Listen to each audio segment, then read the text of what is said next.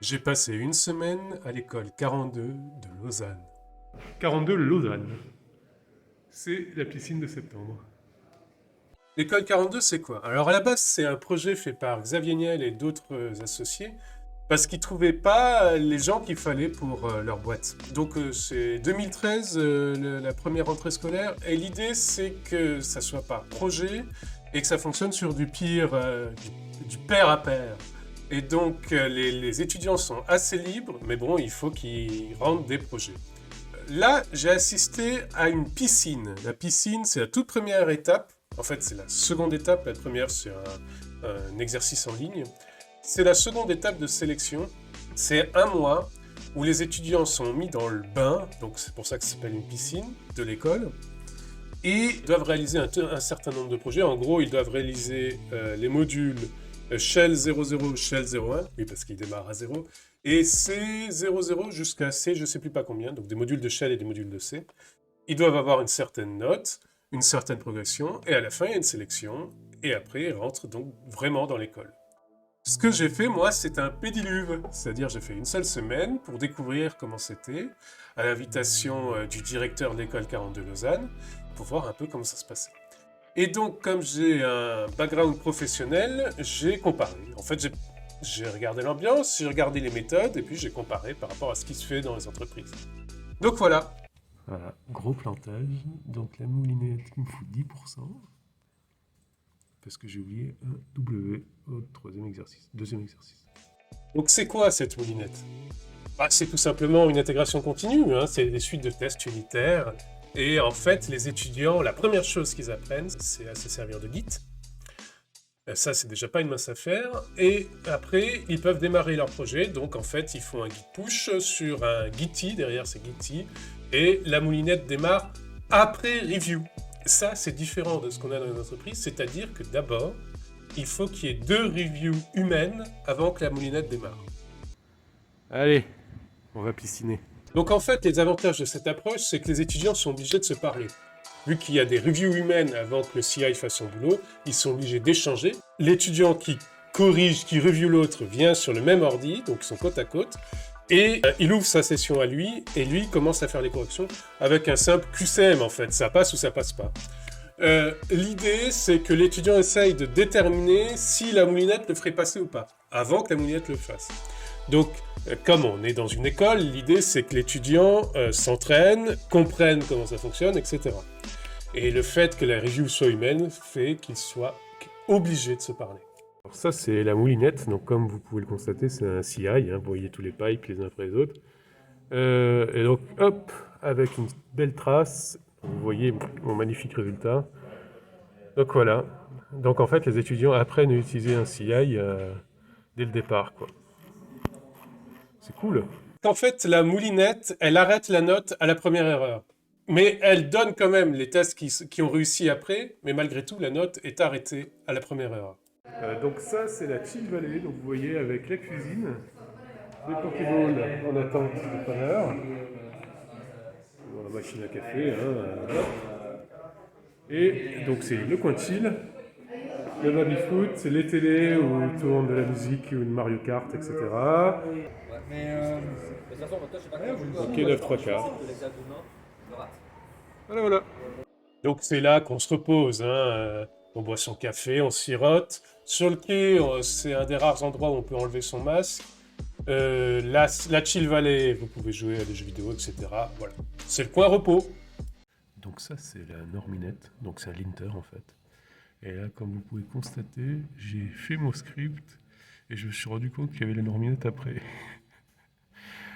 Il imite beaucoup la norminette au départ. Hein. Je crois qu'on a droit qu'à write et qu'à while.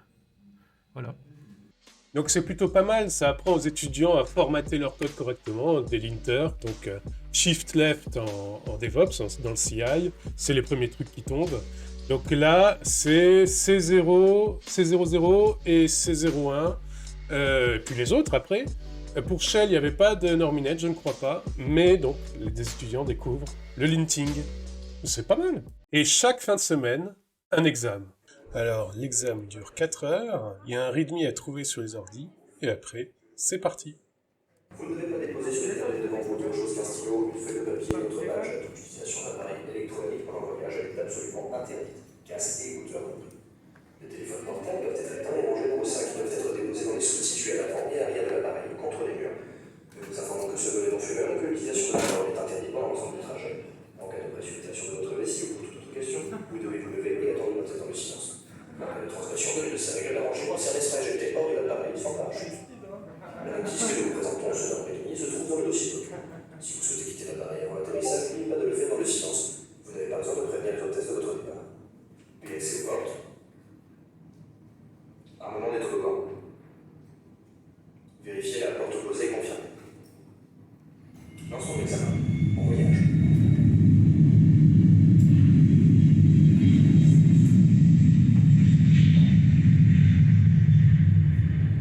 Laissons les étudiants plancher.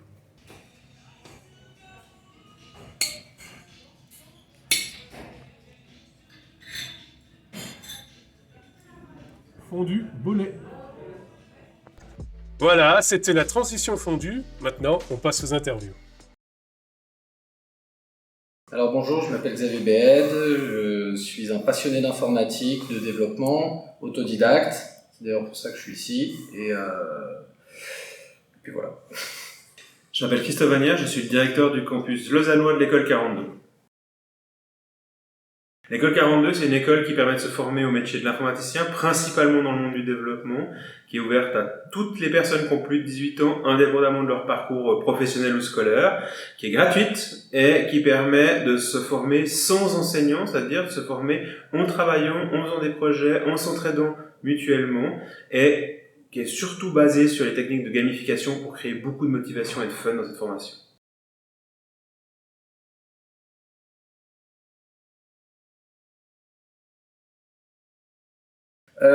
Alors 42 et là pour l'instant la piscine, ça se rapproche assez de ce que j'ai pu faire dans ma vie vu que je suis autodidacte.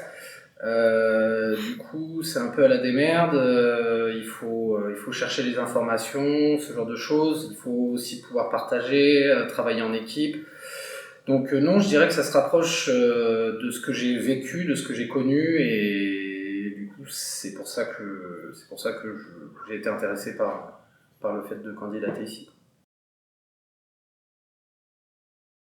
Alors quand j'ai découvert l'école 42 à Paris, je me suis dit il faut absolument qu'on ait quelque chose comme ça en Suisse romande.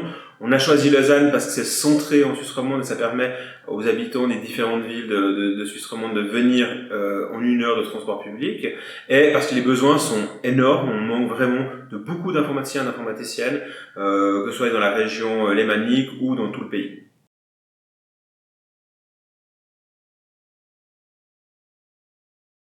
Alors oui, j'ai un projet d'entreprise qui est plutôt basé sur le jeu vidéo et l'émulation, le fait de partage de connaissances sans avoir trop de hiérarchie, c'est quelque chose qui peut être assez intéressant et qui, je pense, permet d'avoir des mécaniques assez fluides au sein d'une entreprise.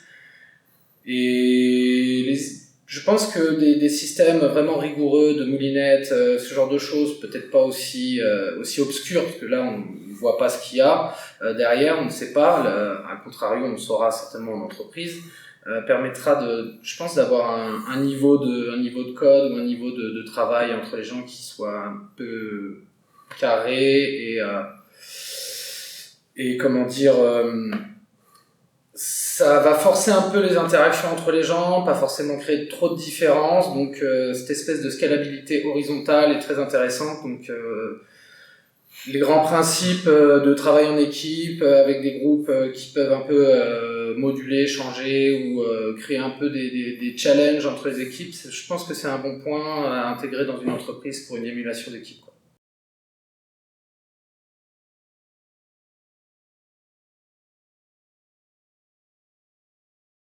Alors à 42 Lausanne, en tout cas cet été en 2021, on a la moitié des étudiants qui débarquent, qui n'ont jamais fait d'informatique, et effectivement la moitié des étudiants qui ont déjà un parcours informatique.